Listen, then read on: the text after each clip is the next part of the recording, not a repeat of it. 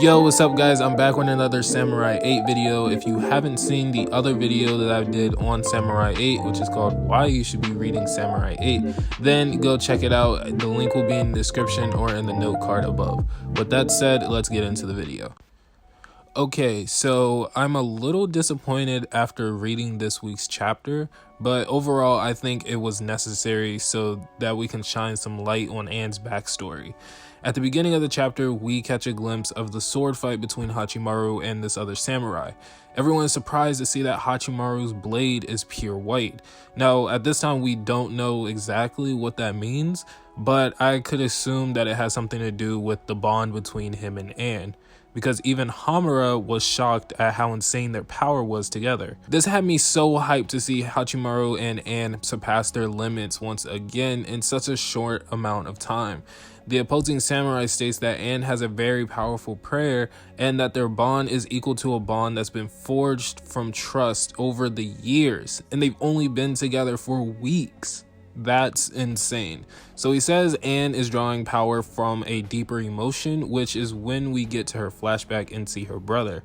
This is where the chapter kinda gets stagnant for me, because during this flashback we get to see her brother Nanashi, where they lived, and what happened to him eventually. But I felt like this could have been done faster, maybe in like 5 to 6 pages instead of taking up majority of the chapter. But I understand that they were trying to do the whole cliche build up to an epic moment like almost every other shonen does. But that also was a bit anticlimactic in the sense of wording and what's driving her. Because she says, I've always wanted to stay connected with him.